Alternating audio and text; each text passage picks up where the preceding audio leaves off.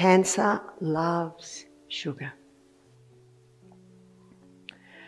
The fact is that a cancer cell consumes 15 times the glucose of any other cell. Cancer cells have a high demand for glucose, consuming significantly more than normal cells. This phenomenon is due to the Warburg effect, where cancer cells rely heavily on glycolysis for energy production, even in the presence of oxygen. This process requires large amounts of glucose to meet the energy needs of rapidly dividing cancer cells. While normal cells primarily use oxidative phosphorylation, a more efficient method of energy production, cancer cells prefer glycolysis, which allows them to produce energy quickly, although less efficiently. This preference for glycolysis supports their rapid growth and proliferation. The high glucose consumption of cancer cells has implications for cancer diagnosis and treatment. Positron emission tomography PET scans, for example, use a glucose analog called fluorodeoxyglucose, FDG, to detect cancerous tissues, as these areas will show increased uptake of FDG. So what does cancer hate? Cancer hates it when you stop the sugar or stop all glucose. Cancer is not happy when you create an alkaline environment in the body. And cancer hates oxygen. I have many books in my library at home, being an avid reader, and I have many books on doctors, specialists, naturopaths worldwide who are conquering cancer. And when I read them, there are differences, there are slight differences.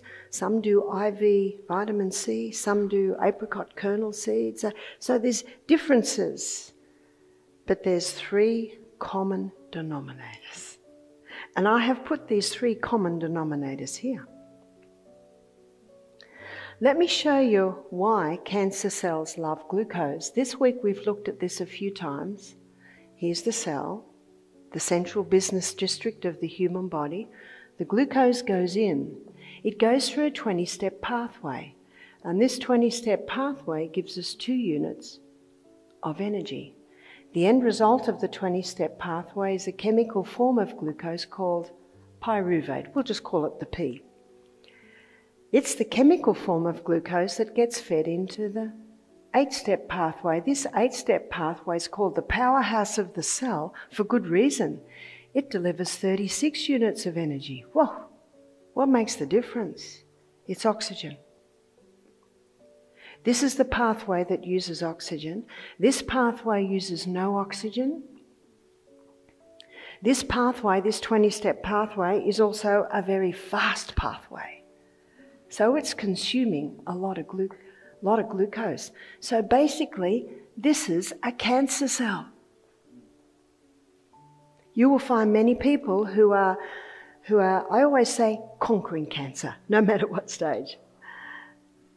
Not suffering from, not being taken down by, conquering cancer. You will find a lot of them have no energy. Very little energy, because a lot of their cells are running up here. That's where the cancer cells run. And that's a very fast pathway, so they're going to be eating up 15 times the glucose. And they don't need oxygen to run.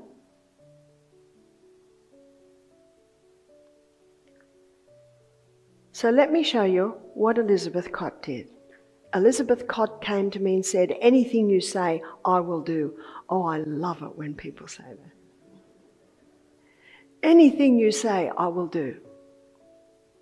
So I said, this is what we're going to do. We're going to starve that cancer. How do you starve it? To starve it, you've got to know what it loves. It loves glucose. And so we suggested 6 weeks, no sugar, no honey, no sweet at all. What's she going to eat? There's a lot of vegetables. There's a lot of legumes. There's a lot of nuts. There's a lot of seeds.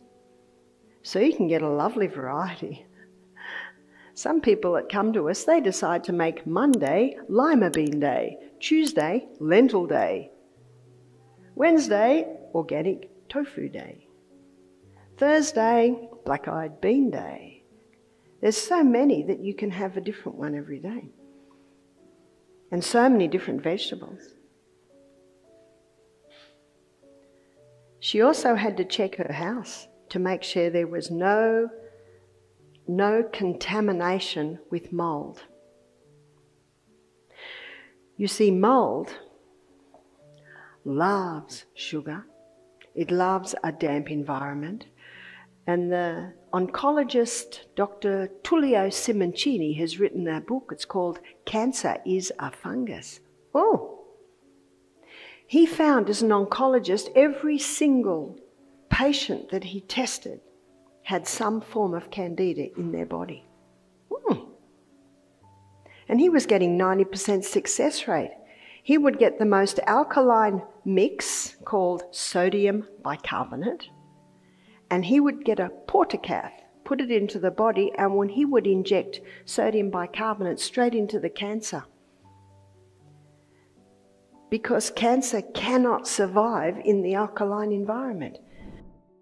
Cancer cells thrive in acidic environments and have unique metabolic needs compared to normal cells. They prefer an acidic environment because it supports their rapid growth and invasive behavior.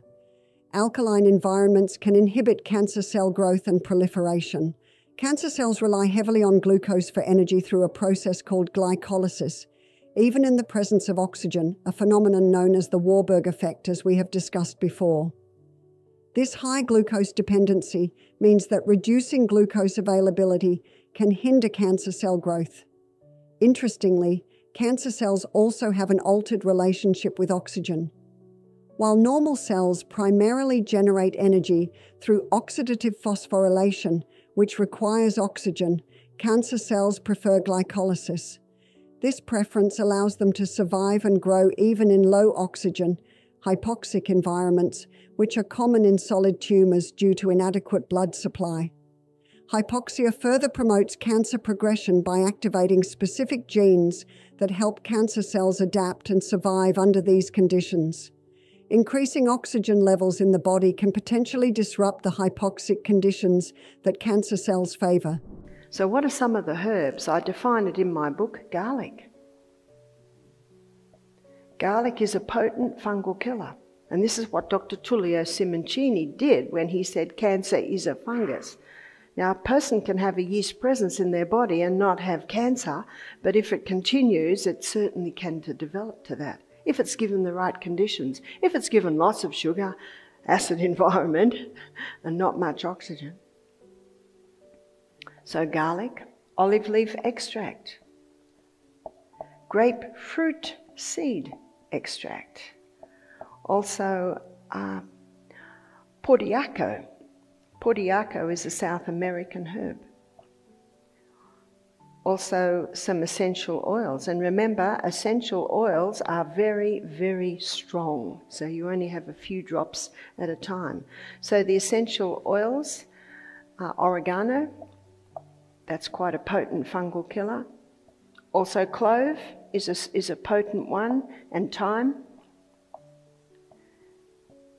Now, as I showed earlier in the week, I think Monday night it was, when we looked at the true cause of disease, we looked at the cycle of life, and we showed how the microorganisms change roles according to the environment.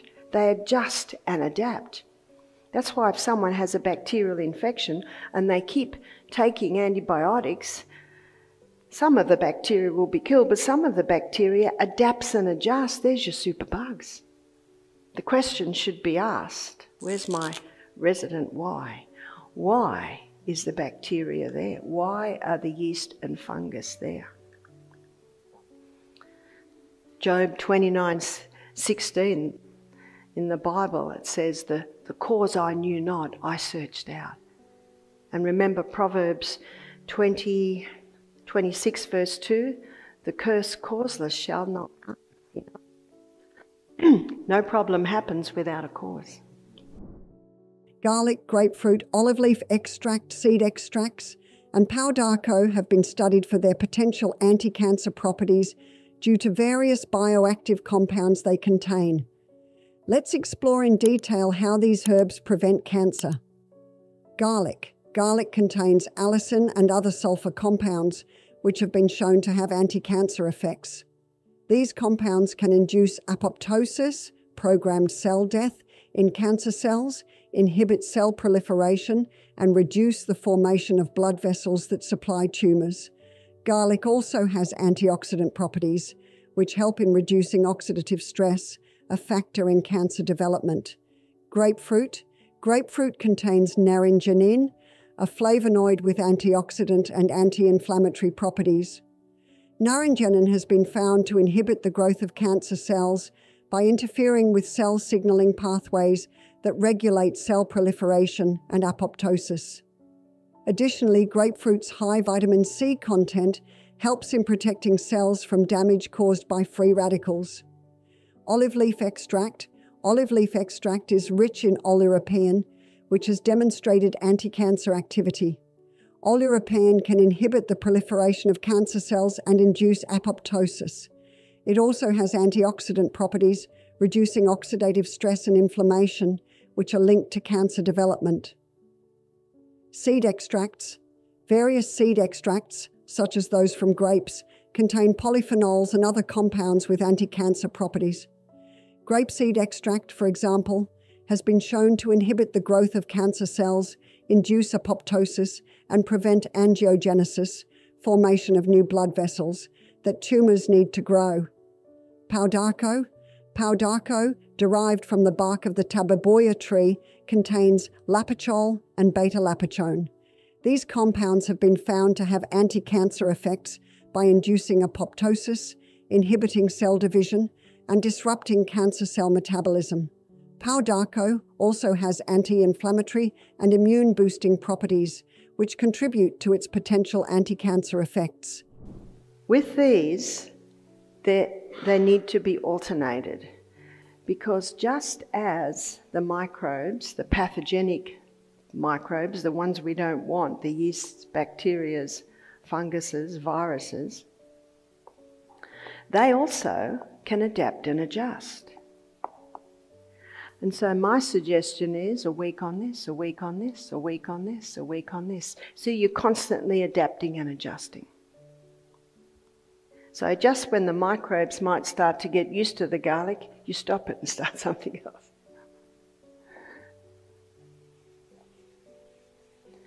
So that's what Elizabeth Cott did. Number 3, alkalize. So how did we alkalize? Can you drink sodium bicarbonate? All you'll do is alkalize your stomach. And you don't want your stomach alkalized, because your stomach should be acid to break down your food. That's the only part in the body that should be acid, is your stomach. If someone has throat cancer, stomach cancer, I suggest they do drink the sodium bicarbonate early in the morning and just before they go to bed, because sodium bicarbonate only alkalizes what it touches. The only other time that sodium bicarbonate might be taken into the body, unless you're an oncologist like Dr. Tullio Simoncini and you can inject it in, the only other time would be to take it as an enema if someone had cancer in the lower part of their colon. Because remember, it just alkalizes what it touches. But what you can do, you can take foods and drinks that alkalize. And one of the most alkalizing drinks you can take is green drinks. Now what we do at Misty Mountain, because we've got a big garden, we gather wild greens, anything edible. Usually about 4 at a time. Maybe about 4 cups of wild greens, blend it with 4 cups of water till the water's green, strain it, and then we give it to our guests who are here to conquer cancer. We give them a litre to drink all through the day. It just tastes like grass. So we usually put mint in it, Or sometimes we'll put lemon balm in it, or sometimes we'll put lemongrass in it just so it tastes a little bit better. Just like drinking grass. Now, if you don't have a lovely garden and a lot of land like I do, and in my book, the recipe, I call it the Great Green Drink. You can use chlorophyll, because these greens, they are so high in minerals that they alkalize. You can also take barley green. That doesn't look right. I think it's EY. Yes. Barley green. You can buy products called super greens, wheatgrass, spirulina, all the greens. The greens are incredibly high in minerals. They're alkalizing minerals, and when you drink them, it comes into the tissues and it alkalizes. The most acid-forming foods are meat, sugar, caffeine, alcohol. In my book, I've got a chapter called The Acid-Alkaline Balance where I list them.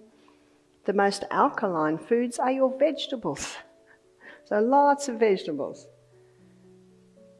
Eating lots of vegetables every day, no limit on the vegetables. So that's how you can alkalize, keep away from the acid-forming foods. Now there are some foods that are acid-forming, like your rice, like your walnuts, your pecans, black-eyed peas. There are some acid foods, but to get the correct balance, we need to be taking about 80 to 90% alkaline foods and about 10 to 20% acid-forming foods. So it's perfectly fine to have a little bit of those foods that are on the acid line, as long as most of your food is from the alkaline. Sodium bicarbonate, baking soda, is well known for its anti-cancer properties due to its alkaline properties.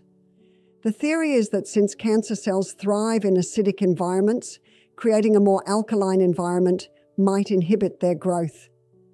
Let's explore this idea in detail. Sodium bicarbonate can neutralize acids, theoretically making the environment around cancer cells less conducive to their growth. By increasing the pH of the body, sodium bicarbonate might reduce the acidity that supports cancer cell metabolism and proliferation. Some alternative health practitioners suggest dissolving sodium bicarbonate in water and drinking it. Common recommendations include mixing a small amount, 1/2 to 1 teaspoon, in a glass of water once a day. However, this should be done with caution and under medical supervision, as excessive intake can lead to alkalosis, an imbalance in the body's pH. In some experimental settings, sodium bicarbonate is administered intravenously. This method directly affects the body's pH levels more rapidly and is used in controlled medical environments. However, IV administration is not a standard treatment and carries significant risks. In every case, there can be slight differences. So I'd like to also tell you about Eileen. Eileen came to us with breast cancer. She was late 50s. She chose to do the natural way. Some people say, I chose to do the natural way and it didn't work. I say, which way did you choose? Because there are many healing arts. With breast cancer, it was absolutely essential that she balance the hormones. You cannot get cancer in the ovaries, the uterus, the breasts, if the hormones are balanced. So with all cases of reproductive cancer, must balance the hormones. So she went on the Anna's Wild Yam Cream to balance that. She implemented all of this. She's the wife of an Adventist pastor in Australia. She would ring me every few weeks, Barbara, am I doing it right? Am I doing it right? She also began to put castor oil compresses on the breast. Castor oil penetrates deeper than any other oil, and wherever it penetrates, it can break up lumps, bumps, adhesions. It'll even break up a bone spur, but it'll never break up your bone. How does it do that? Well, that's one question we'll ask God in those heavenly courts, is that right? All I can tell you is that Psalm 104 verse 14 states that God gave herbs for the service of man. So when the herbs come in, they work with you. They know that that's an unnatural formation and they'll break it down. So little by little by little, the castor oil will break it down. This is not overnight. This is not after a week. Just keep doing it. Keep doing it. Keep doing it. And also with breast cancer, it's important to make sure what's touching the breast is natural fibre. I challenge you ladies, try and find a bra made out of natural fibre. And the underwire bras are dangerous because breast tissue is lymphatic tissue and it cleans into the nodes under the arm. And there's a very effective gate there that stops that cleaning process. Can you see how there can be many factors coming in? That's why every case is different. Every case, the detective hat has to be put on. Look at the history, look at the emotions, look at the house they lived in. Castor oil is derived from the seeds of the castor plant and has been used for various medicinal purposes due to its anti-inflammatory and antimicrobial properties. The primary active component in castor oil is ricinoleic acid, which is believed to contribute to its therapeutic effects. Some preliminary studies and anecdotal evidence suggest it might have potential benefits in cancer treatment. So let's explain its mode of action. Chronic inflammation is a known risk factor for the development and progression of cancer. Ricinoleic acid in castor oil has anti-inflammatory properties that might help reduce inflammation and potentially slow the progression of cancer. Some studies suggest that castor oil can stimulate the immune system, enhancing the body's ability to fight cancer cells. This includes the activation of T cells and other immune responses that target abnormal cells. Castor oil is also believed to improve lymphatic circulation. The lymphatic system is crucial for detoxification and immune function, which can play a role in controlling the spread of cancer cells. So how to use castor oil for cancer treatment? Castor oil packs, applied to the skin, are a common method in alternative medicine. The packs are believed to enhance lymphatic drainage and reduce inflammation. Ingesting castor oil is not typically recommended for cancer treatment due to potential side effects like gastrointestinal distress. Some experimental approaches have involved injecting castor oil or its derivatives directly into tumors, but these methods are not widely practiced or endorsed by mainstream medicine. Several herbs are studied for their potential anti-cancer effects. These herbs contain various bioactive compounds that may inhibit cancer cell growth, induce apoptosis, programmed cell death, and prevent metastasis, spread of cancer. Turmeric. Turmeric contains curcumin. Curcumin has strong anti-inflammatory and antioxidant properties. It can inhibit cancer cell proliferation, induce apoptosis, and disrupt angiogenesis, formation of new blood vessels that supply tumors. Curcumin is being studied in various clinical trials for its potential to enhance the effects of chemotherapy and reduce side effects. Green tea. Green tea is a great source of catechins, especially epigallocatechin gallate or EGCG. EGCG has been shown to inhibit cancer cell growth and induce apoptosis. It also prevents the formation of new blood vessels in tumors and can block the spread of cancer cells. Green tea consumption is associated with reduced risks of certain cancers, such as breast, prostate, and colorectal cancer. Ginger. Ginger compounds have anti-inflammatory and antioxidant effects. They can inhibit cancer cell growth, induce apoptosis, and prevent angiogenesis. Ginger is also used to alleviate chemotherapy-induced nausea. Milk thistle. Milk thistle contains silymarin. Silymarin has antioxidant and anti-inflammatory properties. It can inhibit cancer cell growth, induce apoptosis, and protect healthy cells from the toxic effects of chemotherapy. Reishi mushroom. Reishi mushrooms can enhance immune function, inhibit cancer cell proliferation, and induce apoptosis. They are also known to reduce inflammation and oxidative stress. Thank you for joining me today, as we explored 7 powerful foods that can help fight cancer and prevent disease. I hope you found this information both enlightening and practical for your health journey. If you have any questions or need more details, feel free to ask in the comments below. I'd love to hear from you. Don't forget to like this video, subscribe to our channel for more health insights, and check out our other videos for even more tips on living a vibrant and healthy life.